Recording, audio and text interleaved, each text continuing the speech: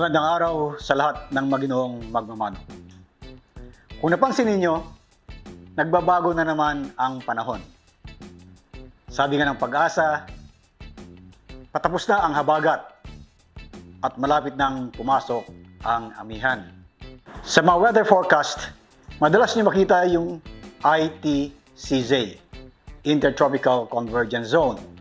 Ibig sabihin, nagsasalubong na yung mainit at malamig na hangin at kung minsan nagiging sanhi ng mga pag-ulan.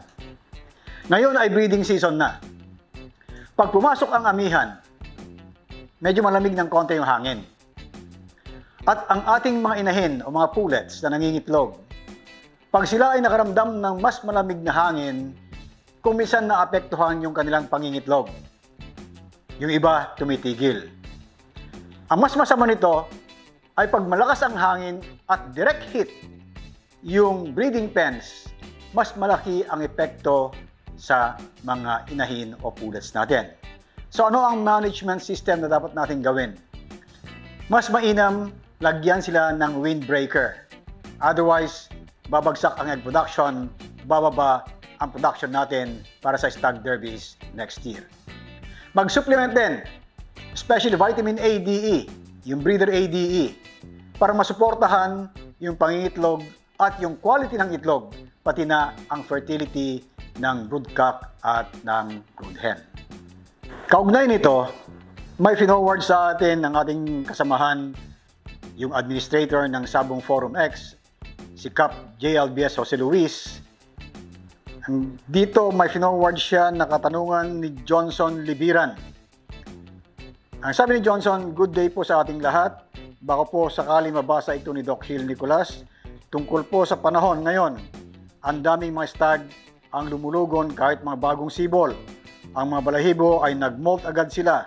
Ano po kaya ang mga faktor bakit nag-early molt ang mga stags? Okay, Johnson, ganito. Ang pag-molt ng manok, ang basic ingredient niyan ay yung tinatawag natin na stress. Kahit anong klaseng stress, pwede mag-induce ng bolting. Binanggit mo yung keyword, panahon, pabago-bagong panahon.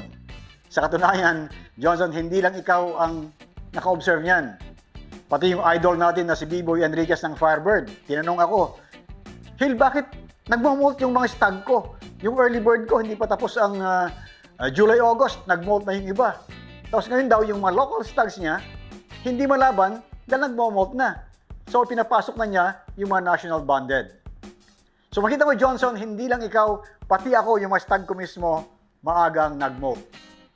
Gaya na binanggit ko, yung stress ang number one factor. At yung panahon na pabago-bago, yan ay napakalaking bagay. Kung pansinin mo nakaraan, sunod-sunod yung bagyo. So, sunod-sunod yung ulan. Ay, yung mga stag pa naman natin noon, naka-expose sa elements, ika nga. Tapos biglang titigil yung ulan, aaraw, medyo mainit. Pagkaroon ng ilang araw, may bagyo na naman susunod. So yung pabago-bago, mainit, maulan, extreme cold, extreme heat, ito yung mga talagang nag-trigger ng pag-molt dahil sa stress. Ang isa pang stress, may tinatawag tayong third quarter syndrome, lalo na dun sa mga broilers and layers. Ito yung panahon na kumakain sila ng feeds na medyo mataas ang mycotoxin.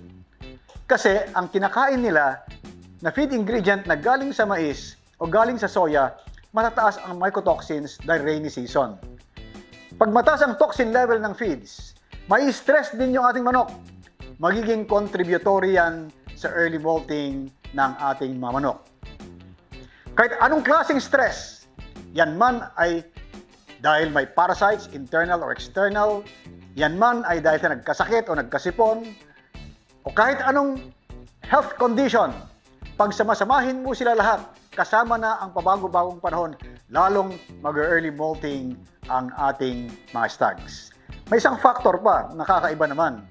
Pag sobrang healthy naman yung manok, gusto niya magpalit kagad ng balahibo para meron siya kagad mas matibay na bagong balahibo. Ito naman ay exceptional pero pwedeng mangyari at mag-contribute din sa early molting. But all conditions being equal, Johnson, ang main na dahilan ay stress at ang pabago-bagong panahon ang number one factor dyan.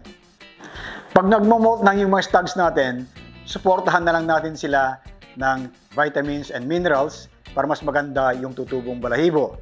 At dahil yung balahibo ay napakatas ang protein content, mas mainam din na bigyan sila ng medyo mas mataas na protein level, mga 19 to 21%. Yun ang range, ubra, para mas mabilis ang kanilang partial molting at baka pwedeng magamit pa sila pagdating ng bullstag na labanan. May comment itong si Doldy 5400. Sabi niya, Dr. Hill, you forget to mention disposition. I'm talking about the natural temperament, tameness, and calmness of a rooster. The Lemon 84 is known for this behavior. Marahil ang binabanggit ni Doldy ay yung mga factors na sinabi ko na nag-contribute dun sa winability o yung pagpapanalaw ng mga manok. Nag-concentrate na lang ako sa gameness and cutting accuracy or gameness kasi yung iba mas gusto nila yung cutting bago yung gameness, pero yung mga breeder mas gusto yung gameness muna bago yung cutting accuracy. Pero sabi ko nga, nandyan yung factor ng handler, mananare, conditioning system, cockhouse management at marami pang iba. Hindi ko na nabanggit lahat. At tama naman itong si Doldy. Yung disposition ng manok, yan ay malaking factor din. Kasi kung sugod yung manok, syempre sa panahon na ito, mas lamang yung nakaabang. Sabi nga nila, kung minsan yung cutting accuracy is a function of style. Kung yung manok ay malamig, very tame, maganda ang temperament, yung style niya na yan, pag pumasok ang kalaban, natatimingan niya. At yung timing na yan, nagko-contribute sa cutting accuracy. Kaya tama ka, Doldy, nagko-contribute ang disposition o temperament doon sa mga winning factors. Maraming salamat, Doldy, sa iyong pagdagdag ng kaalaman tungkol dito.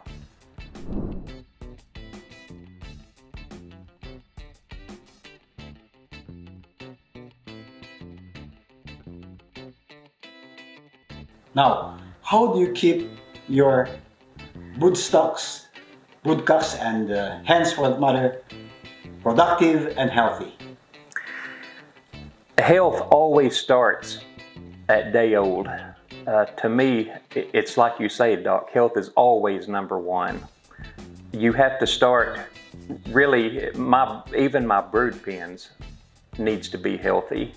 To raise healthy chicks, they need to come from healthy brood fowl. So all the health that you see on my place, it all starts in the egg. And I think truly a 365-day health program is what every farm needs. Yeah. Dan, can you expound on the Dunn Miller system of raising chicks and young stags in the range? Yes, like I say, the health is the number one thing. So once you raise healthy fowl, your selection and culling, it makes it a lot easier. The health of babies are fairly easy. With healthy fowl, you don't have a lot of secondary infections. And so the secondary infections is usually what really gives people trouble. It's an underlying cause, and once you get rid of that cause, all the other problems just seem to go away. What products of excellence can help you raise these healthy chickens? I think the number one thing for me is probably the deworming. I think that a worm is a parasite that really takes its toll on chickens. The more worms they have, the more likely they're going to be to have problems as far as secondary infections. Coccidiosis is another thing that, you know, I know everyone in the world has to fight that parasite, but the TPOXX 48 seems to help really good with the coccidiosis for me. Yeah, I have to agree with Dan regarding coccidiosis and deworming, because coccidiosis is one disease that affects the digestive system, especially when they are 4 to 8 weeks of age. And if they got hit with coccidiosis, the absorption of nutrients is adversely affected, and this will severely affect the health of the birds. Now, second, he mentioned something about deworming, and this is where astig comes. Because in the presence of parasites, the birds will be stressed out. They produce cortisol, the immune system goes down, and all other secondary infections come in. And that is what Dan is telling us.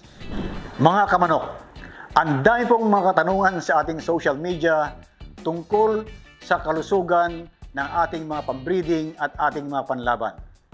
Dahil lagi kong sinasabi sa inyo, ang isa sa pinakamahalagang factor pagdating sa performance ng ating mga manok, yan man ay pambreeding o panlaban, ay ang kalusugan. Kaya lagi kong sinasabi, health is always number one.